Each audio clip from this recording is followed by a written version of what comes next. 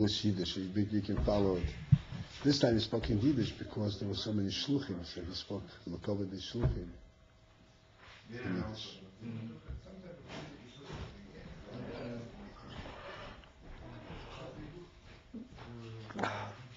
Anyway, you should have somebody with you on Sunday. Maybe not close. Yes. Well, the crowd that you had this Shabbos is not the usual crowd. I've been there even for regular days. It's still crowded for me. I don't feel like so. What is it? I mean, I'll usually go there just because you can get a million anytime, So that's an attractive feature. Anytime I need a million. Yeah. I would like you to try together with somebody. Maybe have HaYom be your partner in 770. So he will protect you. Explain to you what's going on. I know, so the 70 is a tough place to go by yourself. Uninitiated. Baruch Hashem. Huh? Yeah, we're going to have a class tonight.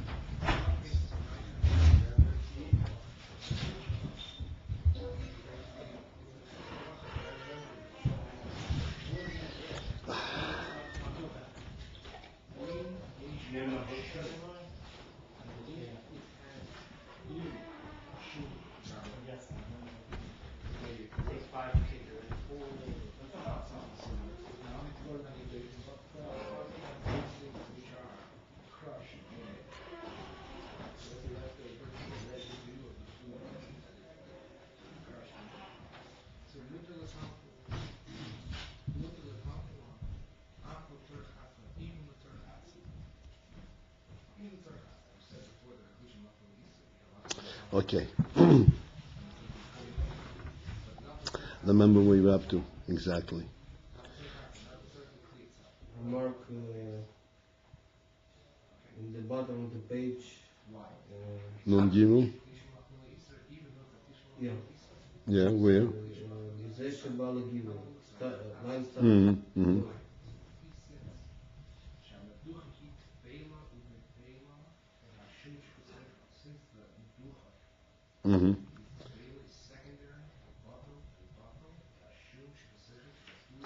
Okay, we had a long talk, as I recall, about the Indian that mitzad oirin soiv habli gvul, eish does not burn.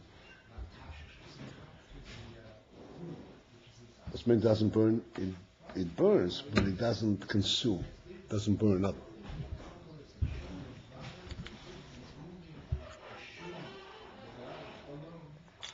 You said that in this world, in order that it should exist, it's only when it's born something.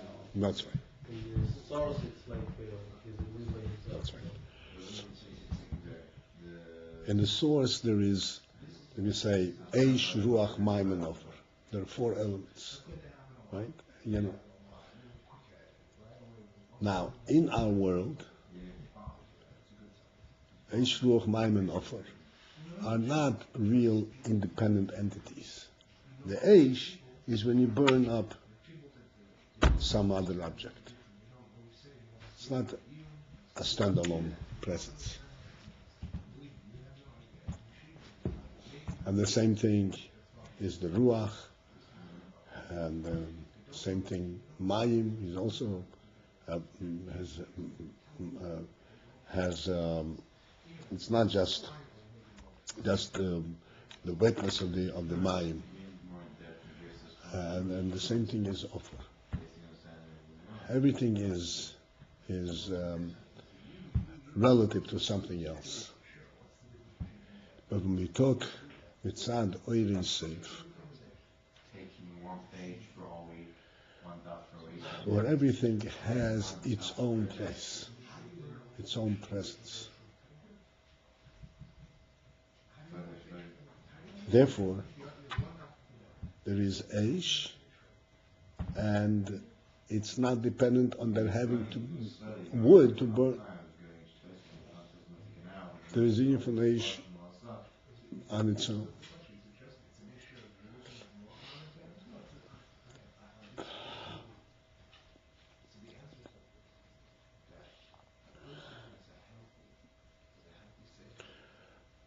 Give you an example in Ruchnius, so you will be able to have a tangible grasp on this. Because we cannot imagine fire doesn't burn fire. What else is fire? There's Chesed and Gvura. Chesed is Mayim, and Gvura is Eish. So here in Gvura we can examine this inyan.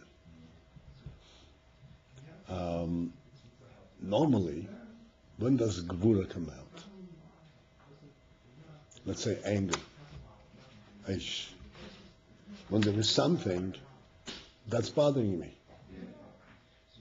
and you want to consume it. That arouses a fire to destroy it, to stand up to the opposition.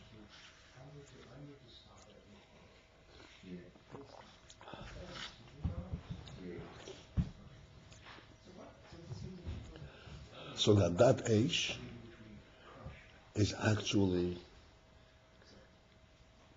created and maintained by this opposition.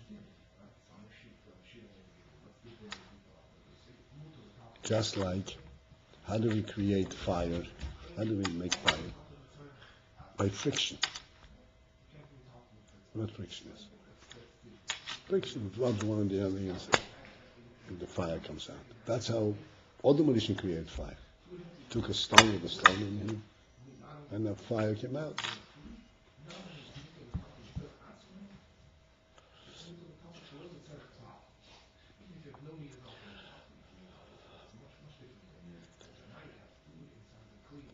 And this is how it is in Mitzad Gvura. But then, there is another type of Gvura, another aspect of Gvura, where Gvura is not to overcome an opposition,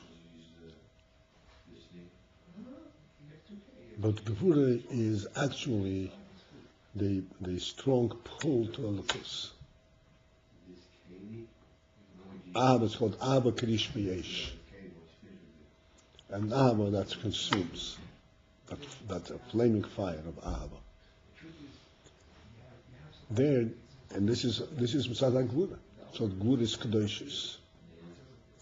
So that Gvura does not come because of opposition.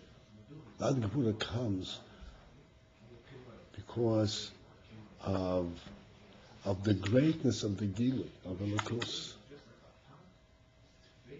You're drawn to it with such a tremendous strength that it becomes like fire. It's fire.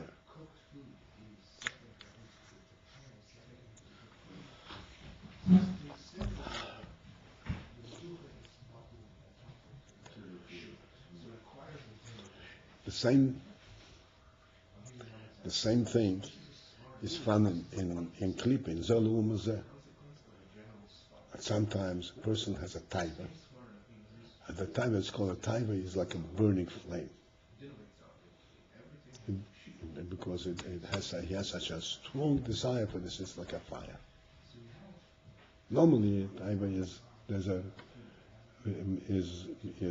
the feeling of pleasure. Sometimes it comes out in a flaming flame. So this flame exists on its own. Doesn't exist because it's consuming something, it's destroying something. It's a true presence of fire. The real fire, this fire in reality, even though we say that in Taivas also there is such a thing, but in Taivas it is only the klipa, achitzonis of it. In Kedusha, this is the real fire. And the reason there is that in Kedusha is that, in fact, Elokus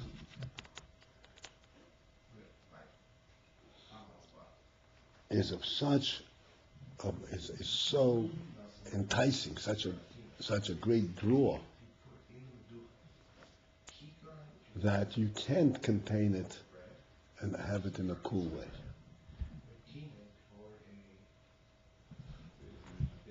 What can you contain? Let's say you want something. You can contain something that you can understand what it is that you want and why you want it. Then you can contain it. You approach it gradually, say. But something that the Elokus, with the desire, with that which you want, is beyond explanation. You cannot really contain it in yourself. Then it comes out like a fire. So you kind of have obstacle. I'm sorry? You have obstacle. Yourself, it's obstacle. You want to go out from your limits? No. It's not because you want to go out of your limits, but not because of your obstacle, but because of the greatness of the Elokus itself. So this is the big difference. Sometimes you get frustrated with your Yetzer Hara, with your Nefesh Avamis. That's something else. This is mitzad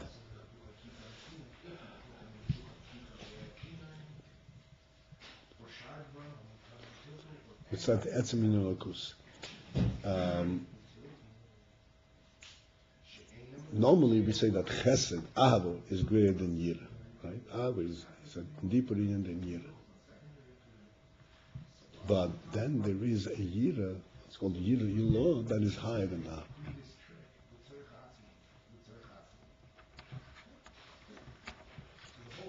Why is it higher than Ahava? Because in Ahava, no matter how great your Ahava is and how pure your Ahava is, there's a certain taste.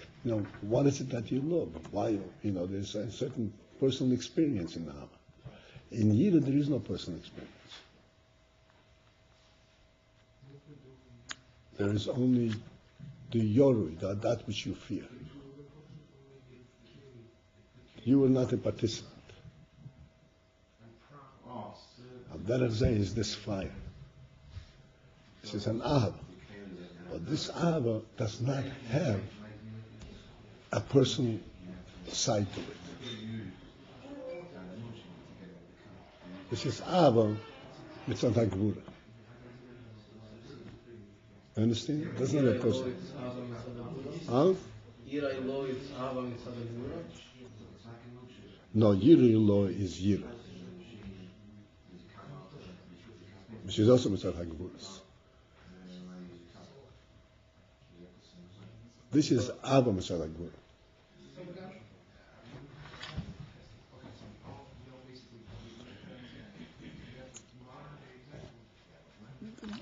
Sometimes when we learn the Sinyan, we will discuss, but you know the Sinyan in general to understand this as a muscle to understand the Sinyan.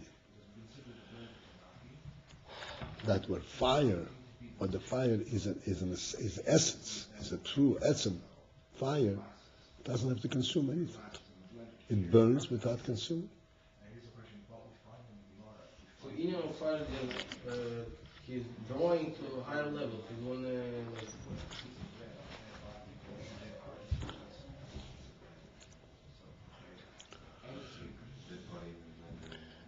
He's not even going to a higher level.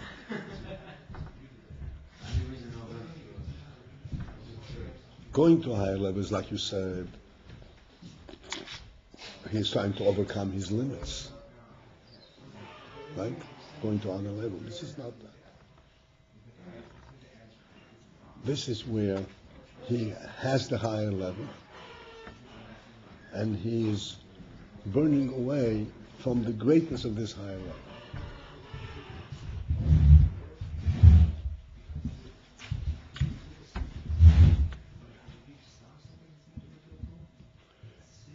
our world, everything is a reaction to something because I'm being held back. Therefore, I want. At a higher level, the Inyan of Elokus, Ein Sof has everything because of itself, because of the greatness of it, not because there's an obstacle.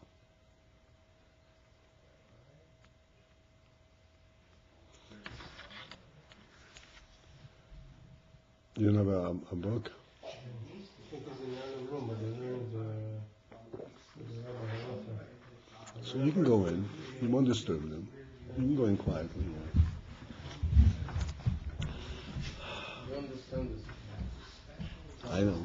I understand. I understand that it's hard to understand. But I want you to understand this.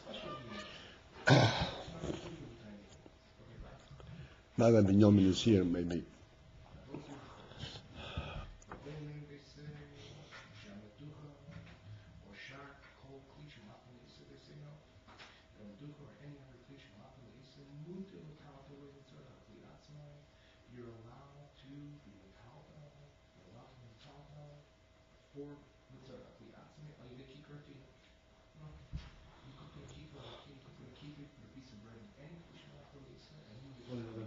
Love of the chesed is like love, like it's not such a big gilus, not so exciting. It's like, alright, you love, you enjoy him, and then No, there is a personal thing in there.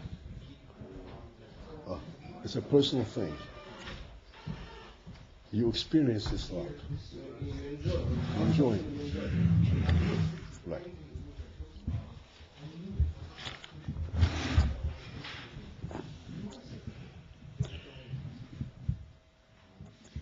I just want to tell you where we're up to, even though we are talking now.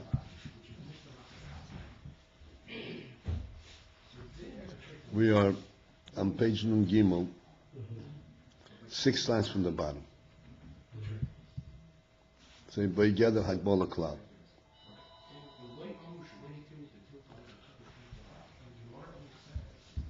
You have it? Okay. We are talking outside, but you should know where we are. What we are talking about is what the Rebbe explains. The Rebbe is explaining now what is the principle in of Nisyonos, a Nisoyan. And Nisoyan is, the Rebbe explains, when there is an obstacle, something preventing you from doing Avodas Hashem. HaYom is hesitating. And when you are breaking through the HaYom is hesitating, you stand up to them, then you get to recognize a union that is way beyond world. Way beyond world. It doesn't have any hagbolas, any limits. And he gives the example of Avraham Avinu. Avraham Avinu was thrown into fire, and the fire didn't burn him. Why didn't the fire not burn him? Fire has to burn up Itava. And the reason the fire didn't burn him is that Avraham Avinu at that time had reached to recognize Ein Sof because he stood up to the Ein Sof and he reached as Ein Sof. And the fire that is in the Ein Sof doesn't burn. The thing that fire burns is only fire TV, fire that exists in nature. But fire in essence, the way it is in Ein Sof doesn't burn. Doesn't consume. It's fire, but it doesn't consume. It doesn't burn anything up. And this is what we're discussing now.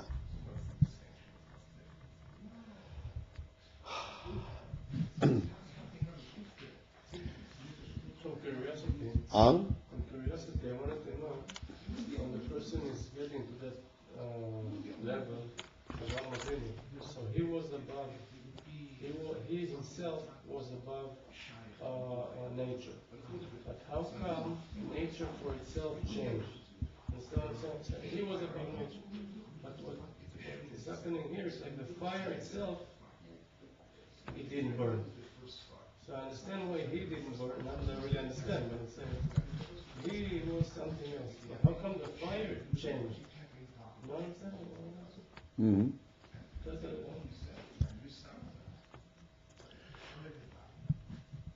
Because the world gets created all the time by Hashem. And it gets created for everyone in the way that he perceives it. You know how he perceives it? The way he relates to it. Like it says, "B'midah she'odom moeded bo moeded in loy."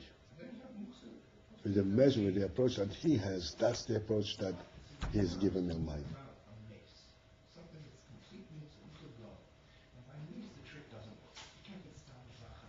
Like you mentioned, the Alter Rebbe was standing there with the Badishever. I believe it's a Badishever, and there was a big crowd. They had to go through. So the Bishop Badishever said to the Alter Rebbe, "Let's go straight. Let's go through the wall." You know the story? You know the story? You know the story, right? They were standing in a big crowd, and they couldn't go through. So the Bishop said, "Mechuten." They were mechutonim. You know what mechuten is? They had Einikla, the grandchildren got married. She said, "Mechuten, let's go straight through the wall." Because the wall does not prevent those who see the wall as a Dvar Hashem. It doesn't prevent them from going through. Those see the wall as a piece of brick, a diamond, then they can go through.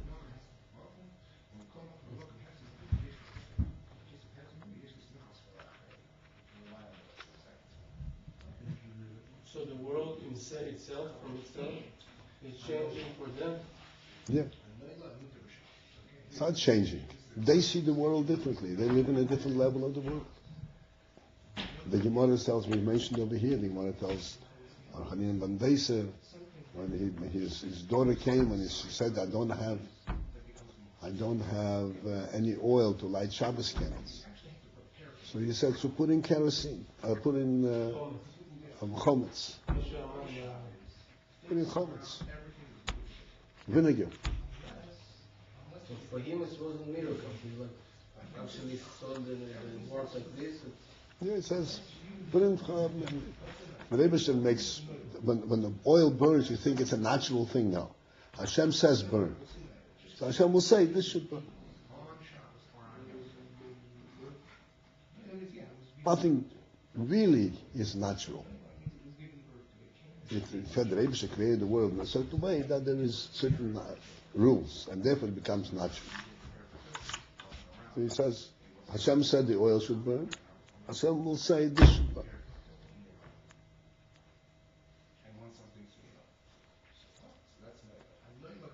This is all the nisim and the floors from the Baal Shem Tov.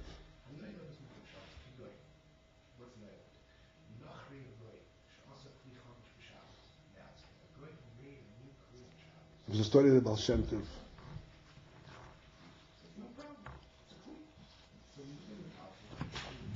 The Baal Shem Tov stayed in somebody's house, in an inn. In a hotel, motel, Kretschmer. And he saw that this Kretschmer, this owner of this Kretschmer, was a very, very big Yerushalayim. But he had total amoritz. So he would take daven. He had the Siddur. He would daven every day from the beginning of the Siddur to the end. Straight. Hashem saw this. Hashem said to him, this is not the way you daven. Certain things you say, certain things you say in the morning, and Hashem put into his Siddur little pieces of paper, little markers. This you say here, this you say there, and they put them into the Siddur. He set up the whole thing that he should be able to know daven correctly. And Hashem left. As soon as Baal Shem Tov left, he started looking at the Siddur. All of a sudden, the Siddur fell out of his hands. And all these markers fell out. So he was all upset. What am I doing now? So he started chasing after the Baal Shem Tov. He grabbed everything. He's running after the Baal Shem Tov. And he sees Baal Shem Tov from afar. He's running. Baal Shem Tov is going. Baal Shem Tov came to a river, to a waterway. Baal Shem Tov takes his handkerchief, puts it on the water, steps up on the handkerchief, and crosses the river. So this man came up to the river, takes his handkerchief, puts it on the water, and crosses the river. And he catches up to Baal Shem Tov and says, Rebbe, my cedar fell apart. I lost the markers. Shem Tov asks him, says, how did you get here? He says, what do you mean how you get here? I'm a handkerchief. How did you know? I saw you do it, so I did it also. So Shem Tov said to him, if that's the case, you don't need the markers. Continue to daven the way you daven until now. Continue to daven the way you did. You're above limits. In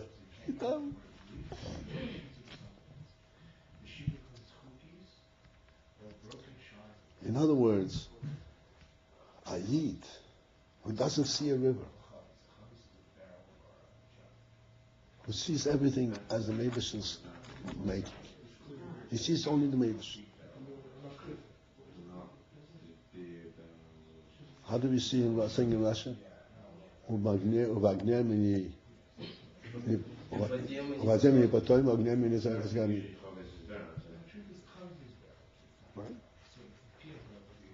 Which means in water we don't drown, and in fire we don't get burned. In water we don't drown, and in fire we don't burn. Eden in Russia stood up to the communists. He said, they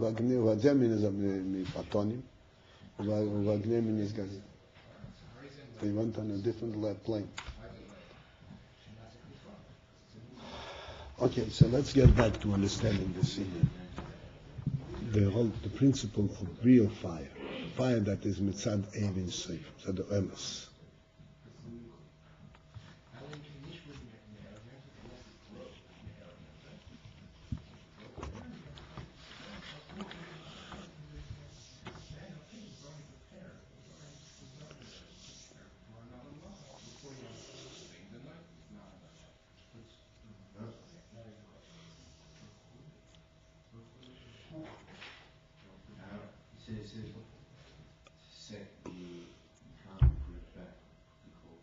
Mitzad Ein Sof, everything is Ein Sof. Why does fire need something to burn, to consume, like a piece of wood? Because without wood, there's nothing there. There's nothing, no real presence. And the wood gets consumed, there's a real presence. That's because this fire is limited. It's a natural fire. It's limited to the world. But a fire that is in the Ein Sof, the fire itself has an Ein Sof quality.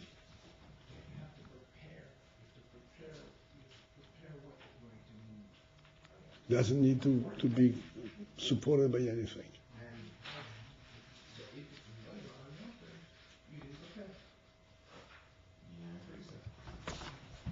And this is what happens. What happened by Abraham.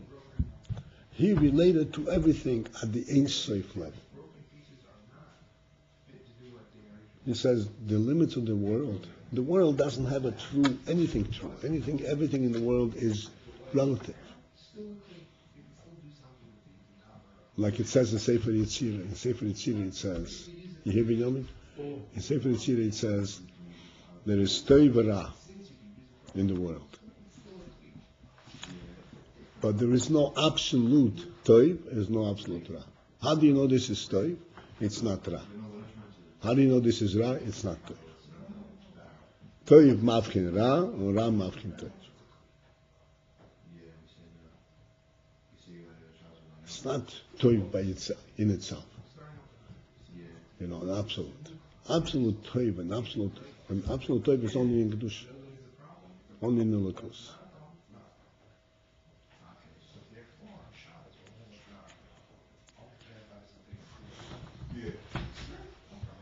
It's no absolute. What about absolute? It's no absolute God? No absolute. What? Absolute God does not exist. It's not such a thing. Absolutely not. Absolute Ra, of course not. Absolute Ra, Taki doesn't exist. This is why Ra can be Nizbar, ultimately be Nizbarer, and will be Nichlor in Toiv.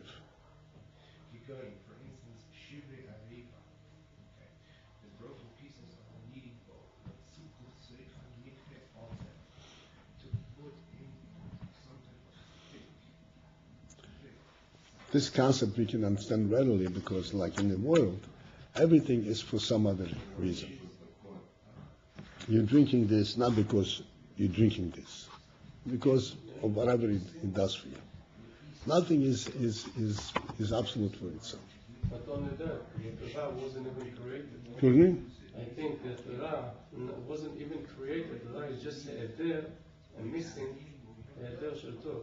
Darkness is just a missing of light. It's not even an existence of itself. I think maybe. I know what you're saying. But that itself is a creation. Light itself is not creation. You say in davening, Yotzer Oir uvoire choshech. Ois Sholem uvoire Zakoil.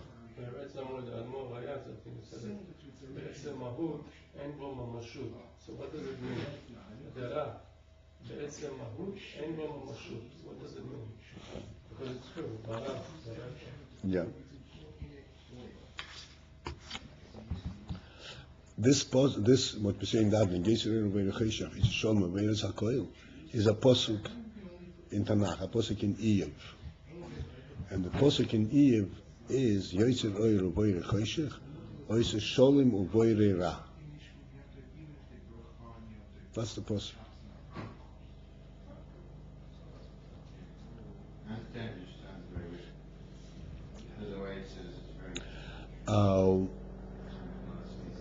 But it means Ein Mashut means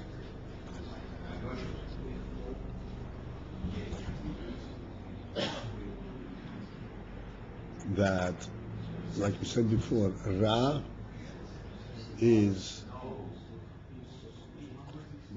comes about because Hashem was mitzamtzem Elokus. Therefore, that's why there is Ra. Ra is not a real presence. The real presence is Elokus, and Elokus is only Toiv.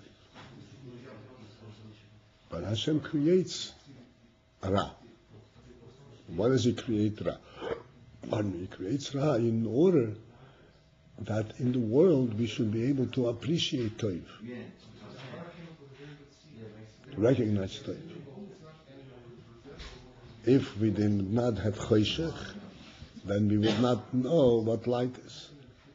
He creates Choshech so that we would appreciate light.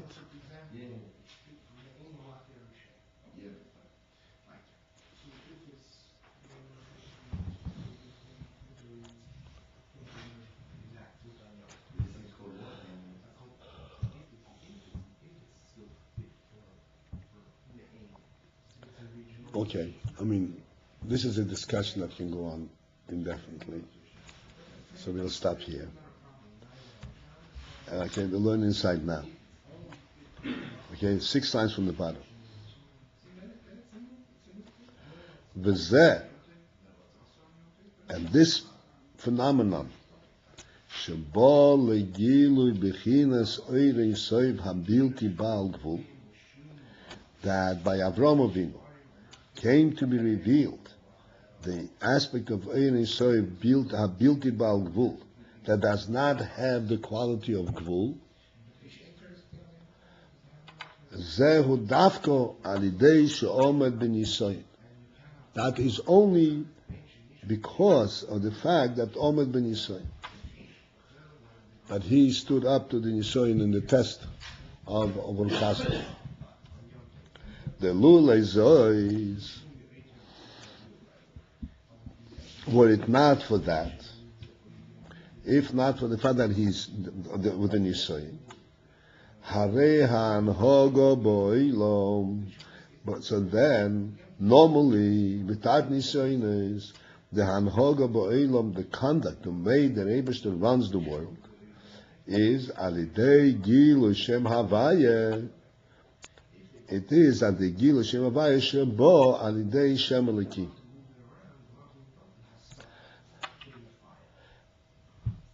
The gil Shem Havaya that is normally in the world is only that which comes through the Shem Eliki.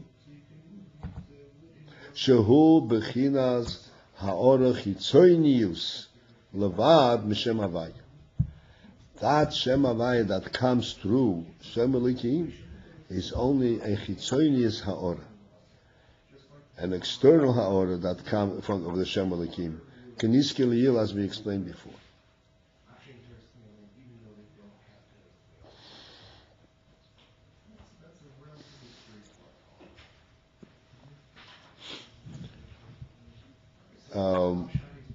Let's say, okay, this we discuss every time we mention it. So every time we want to bring it afresh. So we should not just say words, but we should have a sense and a feel of what we're talking about. We have midas chesed, right? Kindness. You say he's a kind person. How do you see he's a kind person? He's giving tzedakah. Giving tzedakah is an act that's done by your hand. You take money from your pocket and you put it in. What do you say chesed? Anybody can do this. Even a robot can do it. Take the hand, put it in.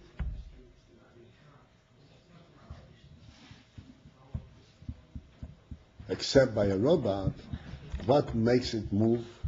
What makes the hand move is electrical power or mechanical power or whatever. What makes the hand move by a person when you give tzedakah? The chayes hanefesh and the midas chesed. So the midas chesed is a power hanefesh, is a chayes, a feeling in the heart. Not only a feeling, but a real chayes that motivates and gives the chayes the hand to move. It's such a chayes that can make the physical hand move.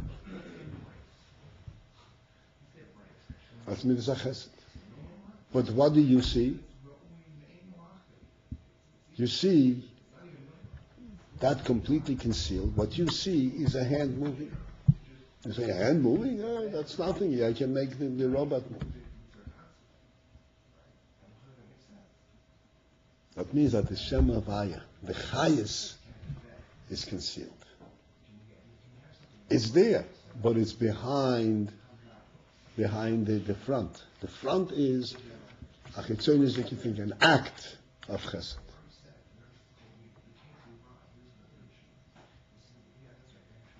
Right? Same act. You can give a tzedakah, and the same act can throw a rock. Depends. What motivates it? Midas chesed or midas hakul?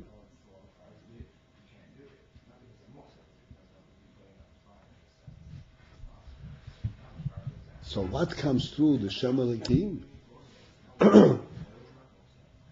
is the Shem Havaya completely contained in a natural setting, in a natural situation. What's meant natural situation?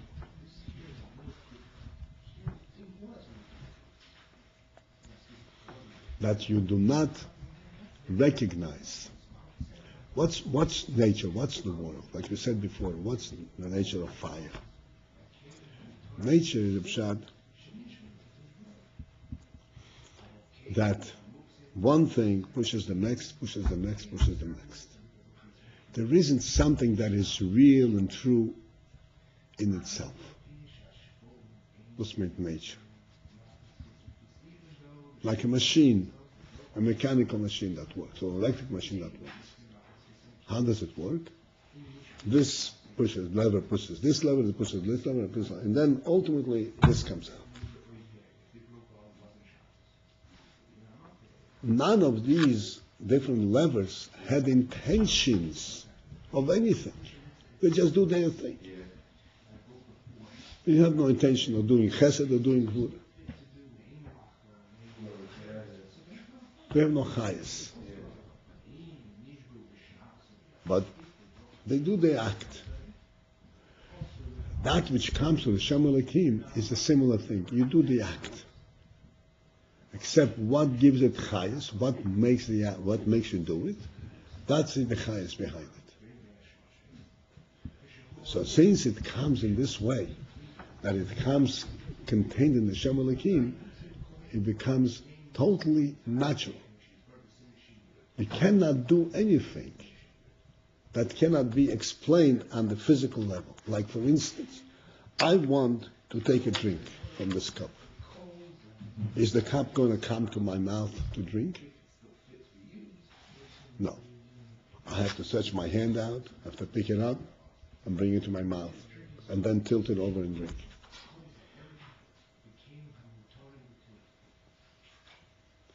So the highest of this whole thing, you don't see. You just see the act that could be with chayes and without chayes. You don't see the chayes. It's all the external thing. This is nature. In nature, everything is just on the surface. There's no chayes to it. This is why the Alter Rebbe says, right in the beginning of Tanya, he says that without kedusha, mitzad the nefesh habahamis, there's no way that you can do something that is toiv, that is real toiv. Ein by toiv klal. There's no toiv. Everything is done for a reason. Because it's impossible otherwise. That's what the world is. Without nefesh Huh? habahamis? You said without nefesh habahamis? No, with the nefesh habahamis, without the nefesh habahamis itself. You cannot do anything that mamash toiv. Ein by toiv klal.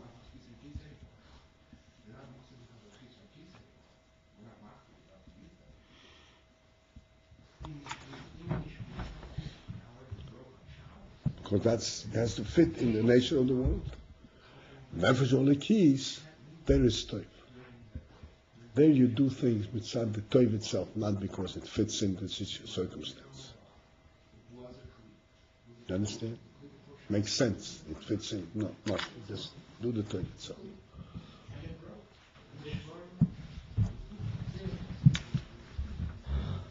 So that's what he says. The normal way the Rebbe runs the world is through Shem Elokim. Even though the oil behind it, like I said, what makes the hand move to take the penny and put it and give it to the owner is a chayes a nefesh, is a midah, a chesed. But it doesn't come out purely the chesed itself.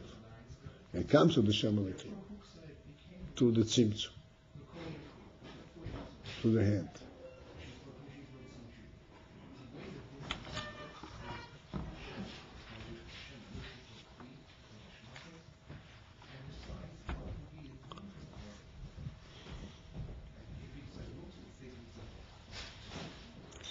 So, when it goes this way, in nature, you see everything, you see the very little of the Shem Havaya.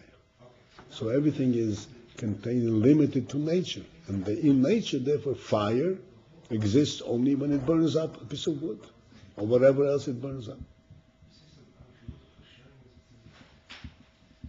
There is no real fire. The fire exists only because something is burned. That's the way it's nature. Mitzat Shem Elokim. Okay? Got it? Okay, so that's what you're saying now. The Gil Shem Havai that comes to Shem Elokim, this is only Ha'orech Hitzenis Levad Meshem Havai. This is a Ha'orech Hitzenis. And now I want to explain the word Hitzenis. What's mean ha'orach chitzenis? Chitzenis means how it is translated in an external act.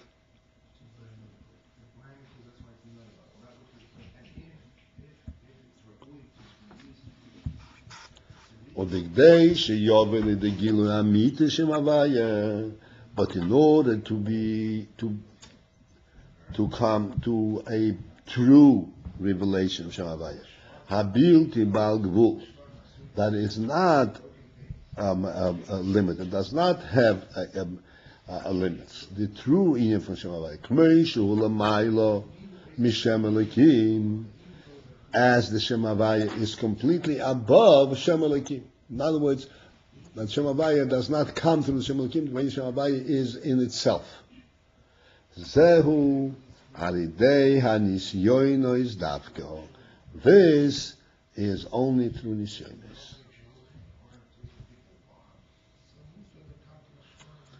In order to reveal Shem Havaya the way it is in essence, it is only through Nisyonos.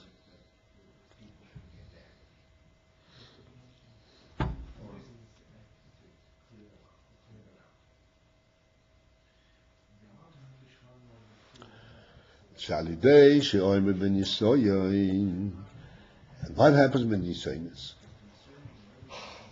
That as a result of the fact that Oymid ben Nisoy, that he stands up to Nisoy, he finds the strength to stand up to Nisoy, Neged ha-hagbolos, against the limits, Shemitzad ha'alomes ve'hastirim Hashem Elikim, that are presented by the ha'alomes ve'hastirim, by the concealments of the Shem Elikim,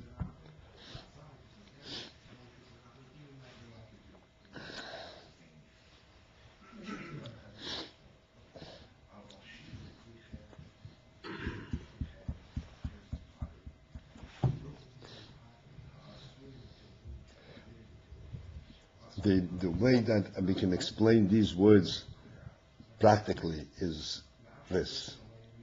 And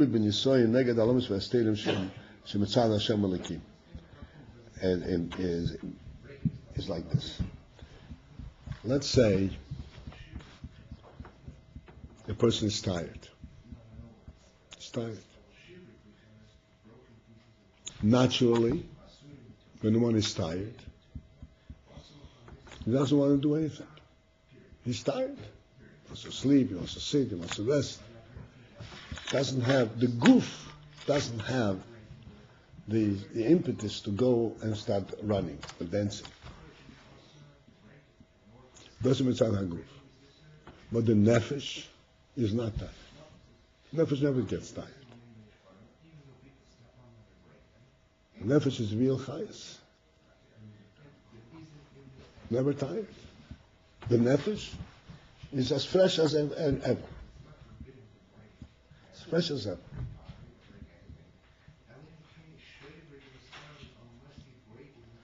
So when a person lives within the limits of Shem Elokim, that means he says, this is not a time for me to go dancing, or to learn, or to do anything, to get up from bed. Because I have to reckon with my group. I have to reckon with the fact that I'm tired. But then, if he stands against this Nisayon, that means he says, what do you mean? I have to reckon with the group. What about the Neshama? The Neshama is the real Chayas. And he gets up, he gets his goof up, not because the goof is able to get up, the goof wants to get up, but because the Neshama wants to get up. And the goof follows. The neshama lifts up the goof. Then he lives with the etzem achayis, not on the level of the Shem Elikim, because then the goof is moving not because it is moving, because of its own koiches, because the nefesh is carrying it. Then he's going against the limits of the Shem Elikim.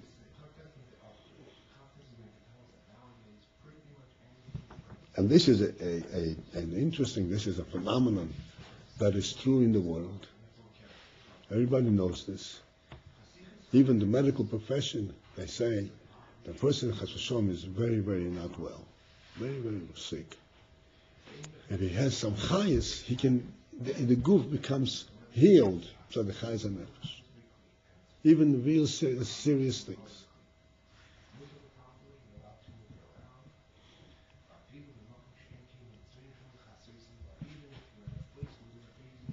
Because that's real chayes. It's not dependent on the guf. This is the pshat that he's standing up neged ha'hagboles shemisad ha'alomes ve'astir m'shem Elokim. Shem Elokim conceals the Shem Havaya. As a result of this concealment, he becomes limited. What he can do, what he cannot do. The guf doesn't have real chayes, so therefore it's limited. If I rest it, I can do it. If I didn't rest it, I can do it.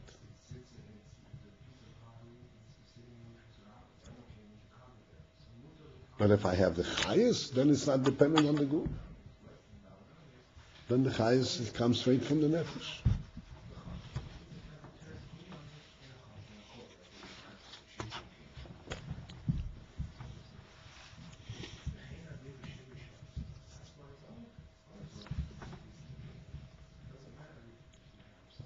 So then, if he stands up in Yisoyin, opposing these limits,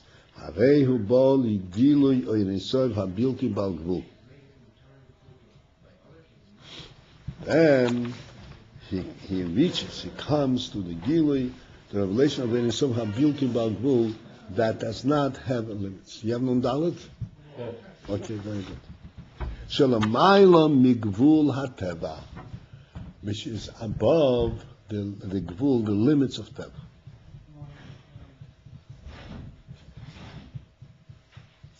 What is the mala migvul teva? And we're not want to eat suddenly, or what does it mean? It means something else. What does it mean? The mala migvul teva. Well, again, Teva is I can get up because I have physical strength. That's just Gvul HaTeva. And if I don't have physical strength, I can't get up. I'm tired.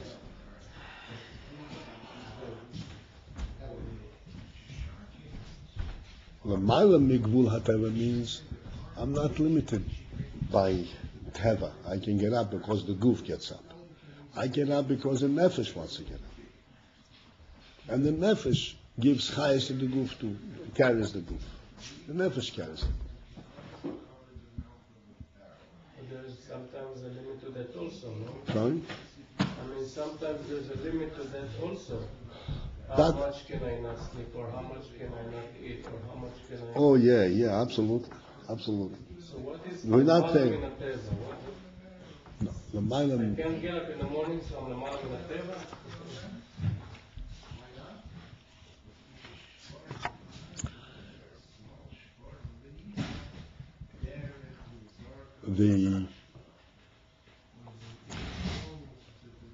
the principle of the Mayla Migvul HaTeva is to stand up to nisyonis. In other words, if a person does not eat, a person does not sleep, just to torture himself and to train himself, that's not a from the Mayla Migvul HaTeva.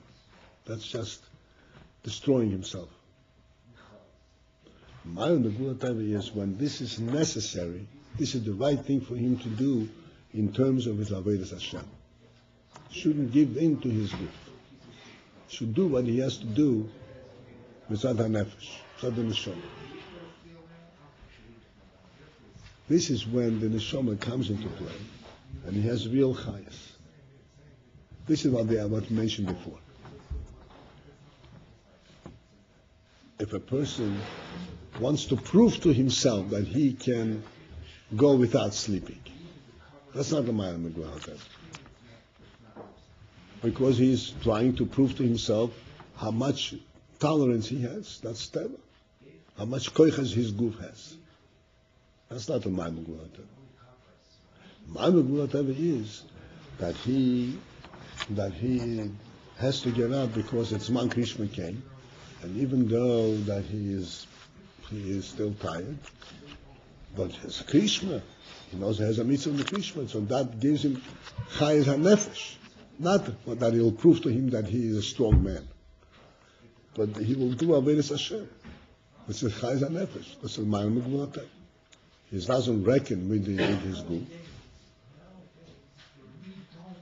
but he does what the neshama wants to do. When a person does that which the neshama wants to do, that breaks through the Gvul Hatan. If he does it in order to make himself strong, or make whatever it is, something in a guf line, that's not my Gvul Hatan.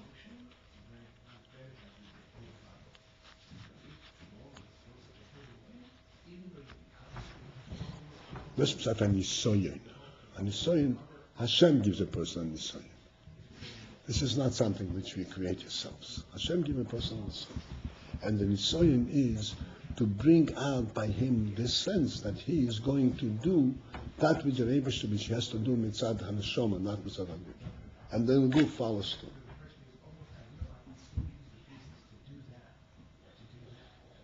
There was, by the Tzedek, there was a shamash. The Tzedek was very old, was very weak. He couldn't get up from bed. He couldn't get out from bed. Physically, he couldn't get out of bed. And he had the shamash, and he would sleep next door to the Tzedek's room. When Tzedek needed something, he would call him, he would bring it to him. So Tzedek laid in bed, and he was learning the whole night. And sometimes he needed a sefer, and he couldn't get the sefer. Sefer was someplace on the bookcase, he couldn't get it. So he would call this shamash, and he would get him the sefer. So one time, the shamash said, I'm tired, I want to sleep. I want to see what happens if I don't answer. I'm sleeping. I don't hear. So I said, he calls him once, calls him a second time, 3 times. He doesn't hear. So you watch what happened. So Masedek started singing in the Alter Rebbe's Nigen. You know, the Dalet Bobis.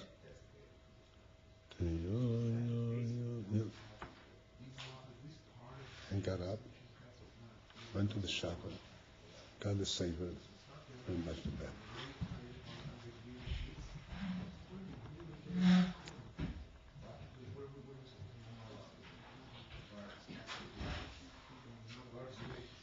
He did what the Neshama wanted. The group did what the Neshama wanted to do. Not the Teva HaGuf.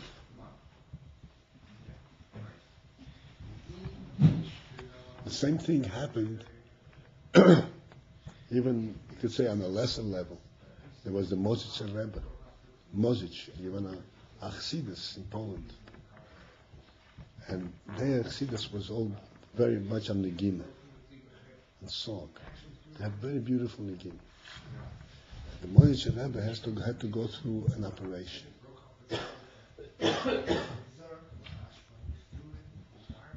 So he said he wants to do operation without anesthesia.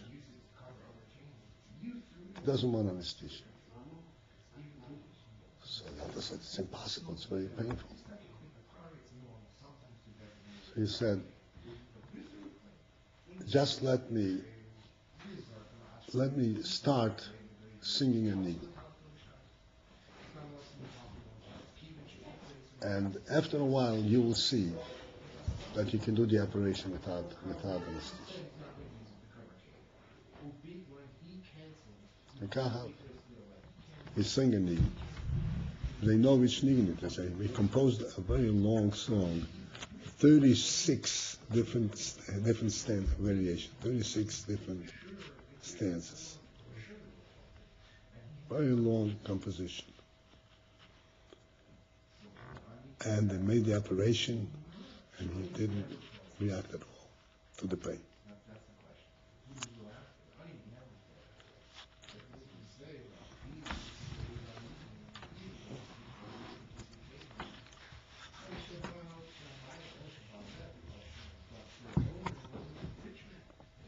on a neshama level.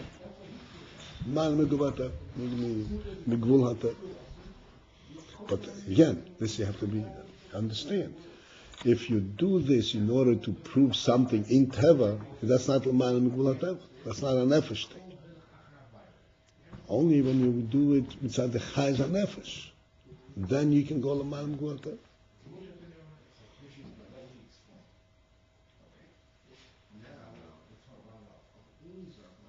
If you really want to get up in the morning, l'avodas Hashem, nothing is going to stop you.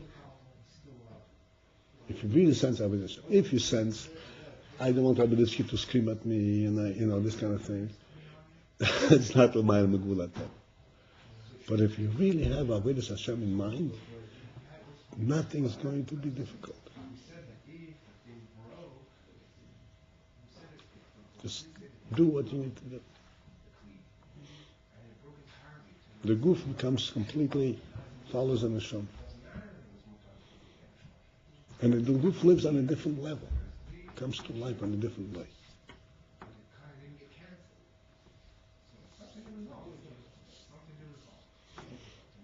The Rebbe, unser Rebbe, he used to eat so little. So little. And he was just, he would sit for hours. He had a schedule, an impossible schedule. It was not based on the good, it was based on the neshama.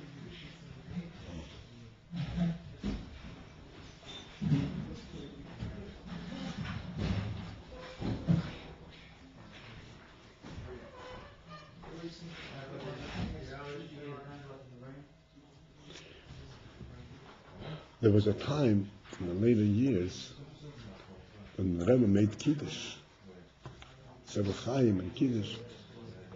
The cup was heavy, so the Rebbe used to drink, and sometimes he would support the cup with the second hand. He couldn't hold the cup with his strength. Then shook a little bit, he supported the cup with it. Then, at the end of Fabrengen, the Rebbe would get up and give out Kesho Bracha. You know what that is? He stood for hours, holding the cup, giving out Kesho Bracha, pouring little bits in every cup. Never spilt. Always hit it straight into the cup. Stood for hours, and the hand didn't split. Like nothing, like a young person.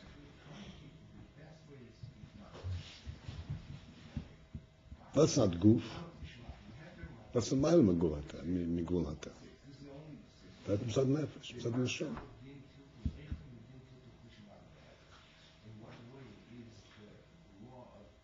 Someone once asked me, Rebbe, on the dollar line, Rebbe, how can you stand so many hours? Why don't you sit down? So the Rebbe said, when you're counting diamonds, you don't get tired.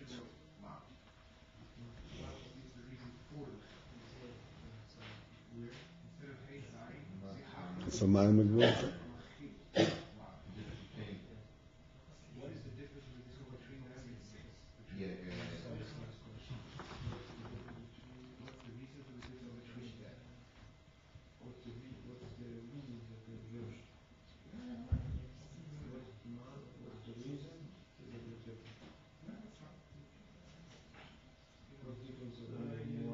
Okay. Kwan is boiling you. We already explained before. The im ho yogilu shem havaya habil tibal gvul kameshahu. That if there should be the gilui of shem havaya the way it is, without limits, shelo yalidei shem elikim klal, not going through the shem elikim at all.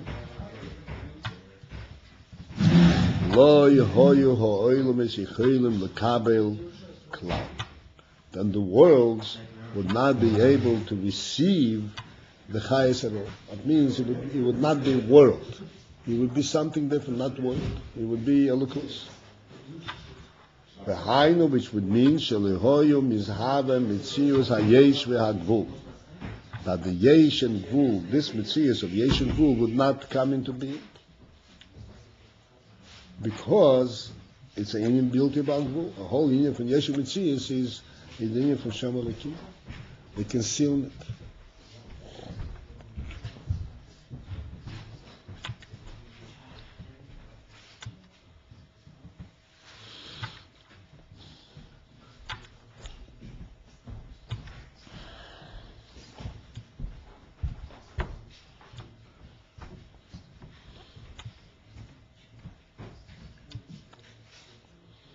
Like coming back to the mashal that we said before of giving tzedakah.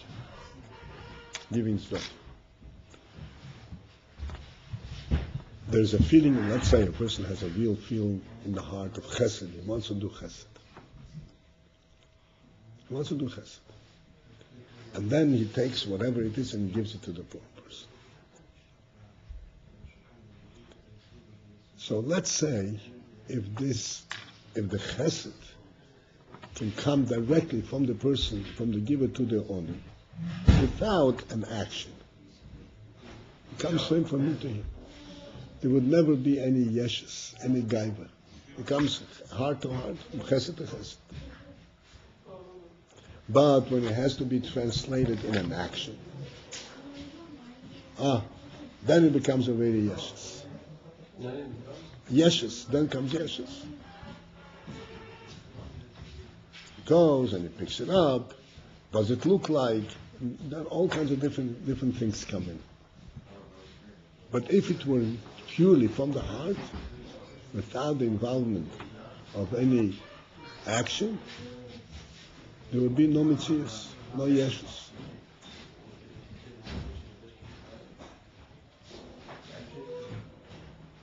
That's the similar meaning. Without Shema Vaya, there would be no world. It would be just pure, godly purity, there would be no mitzias yesh.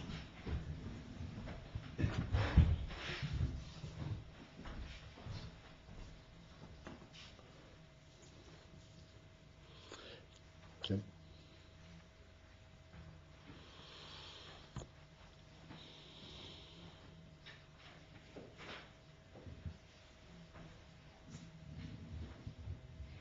But if Abraham is then What? past the Nisra and he's revealed Shema Vaya, so why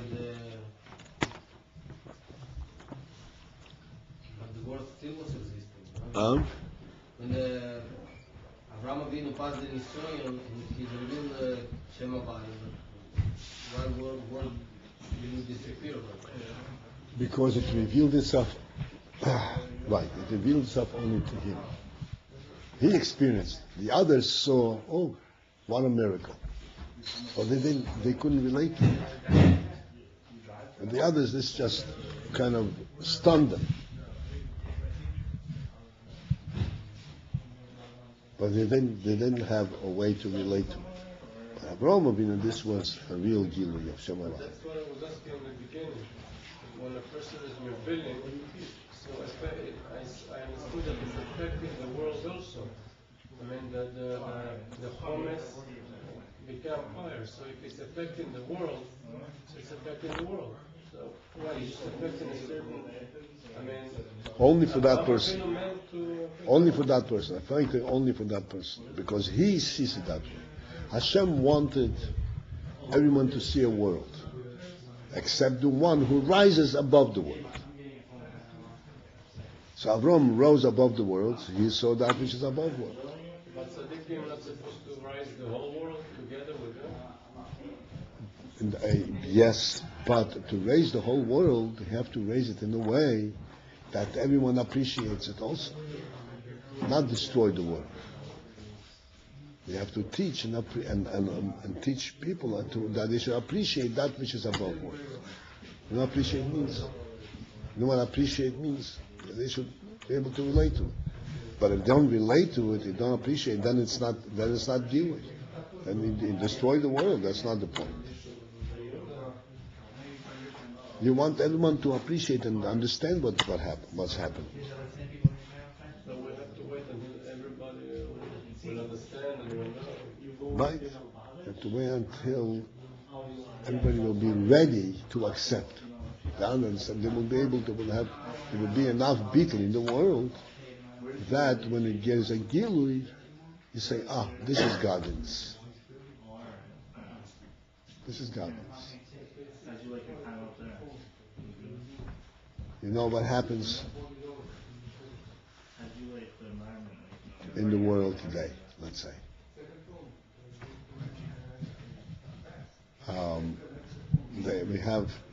We have the koiches today in the world where you can see from one end of the world to the other. You know, through internet, whatever. You can see everything in the same second. What about, like, for example, so there are two ways of relating to it. One way, look what human beings were able to create. What people were able to make. Look what ingenuity, what smarts that people are able to do. Another one has a reaction. Look how one thing the whole world is. Echad. Look, you see eloquence in everything. See that it's all one thing. Two different reactions.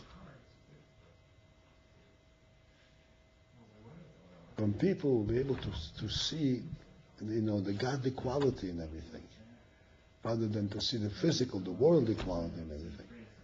That's the preparation.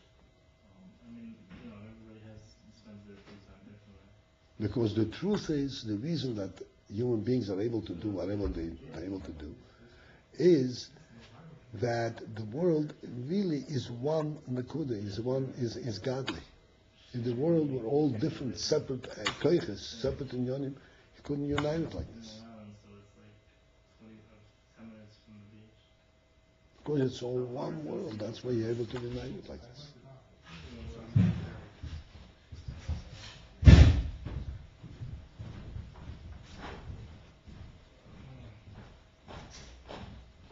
Okay. We continue the mitzvah.